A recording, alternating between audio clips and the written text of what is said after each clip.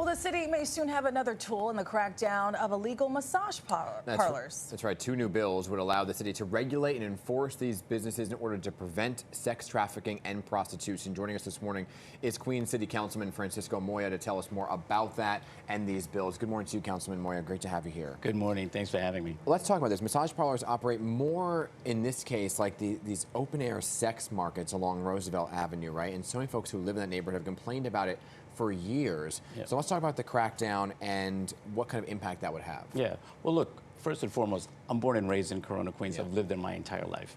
And as a representative of that area who lives just a few blocks away from Roosevelt Avenue, you know, we've never seen it this bad before. In my lifetime, I never thought that I would see open-air prostitution the way you're seeing this along Roosevelt Avenue in the city of New York.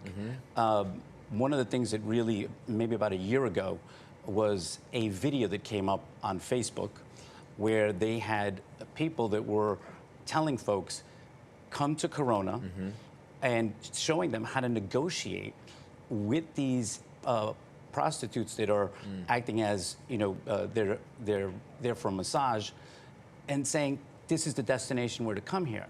I'm like, this can't be. And so I picked up the phone, called the mayor. The mayor walked down there with me. We looked at the issues, and we started to look at how we could crack down and combat this. And I think part of that is what led to the legislation that we have, because the time that it takes to actually close one of these establishments down, the NYPD has to do an extensive investigation, and that takes some time. This would help combat that and really change the way we're regulating this industry. Obviously, these undercover operations are key in the crackdown. Will the NYPD still continue? Correct. This is what it's going to go after. Right now, these massage parlors, or any massage parlor, doesn't have to have a business license. If you want to be a masseuse, you can have a license, but this would require any business that has massages that are being offered, or a massage parlor, to get an actual business license that they have to show and demonstrate that this is a legal establishment.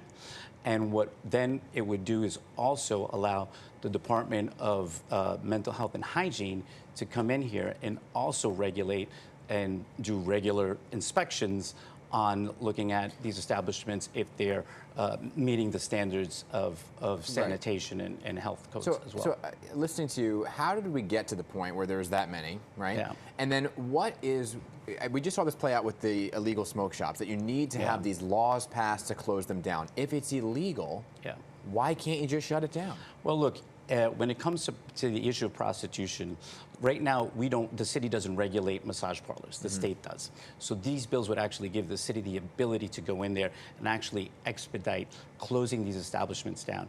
Because if you don't have a business license, if you're not keeping up with the employees that would have to have a license, just like a barber shop, a nail salon, that's how it would work. It gives other agencies the opportunity to go in there and look at that. And if they're not, they get fined, or if not, they get closed down. This helps expedite that process while the police department can still investigate this. But this is going to do a couple of things. This bill is going to secure the public safety, for one. Two, it's going to help combat human trafficking. And three, it's going to help regulate an industry that has not been regulated for years. When you look at the city's resources obviously being spread out, we have the migrant crisis. Is that exacerbating this issue? Look, it has. You know, I think that that's just been an issue that we have throughout the city. But that, again, goes and falls on the federal government, who has not done enough to help this city combat the issue of the migrant crisis that we have here. And look, the NYPD has been doing a great job in helping us close these establishments down. But when you see these establishments that are 50 feet away from the entrance of a school, open-air prostitution, to the general public, they don't understand the extensiveness of what these investigations have to go through. Two things. Do you have any idea of how many there are? I mean, we don't have that.